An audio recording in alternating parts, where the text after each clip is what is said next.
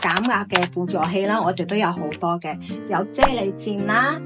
有嗰啲三角枕啦，或者係一個香蕉嗰啲，同埋呢個都係床上嘅減壓墊。咁呢個就我哋可能佢瞓喺度，我哋晾住個小腿咯，等佢小腿個位唔好咁容易受壓。咁呢個咧就係放喺嘅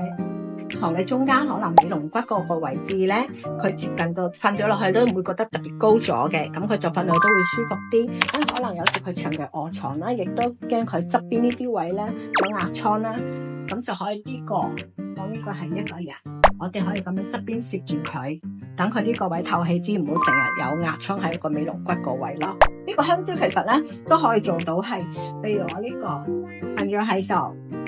我呢個都可以咁樣攝住。咁樣打側護住佢，等佢冇咁容易有壓瘡嗰啲成分咯，或者係我哋做一個幫佢打側轉身嘅輔助器具。有時可能我哋得一個人照顧佢，又未必又要幫佢抹身，就固定唔到佢啦。有時佢係啦，咁我哋呢度啦，固定咗個床欄呢個位置，咁我哋就可以喺呢度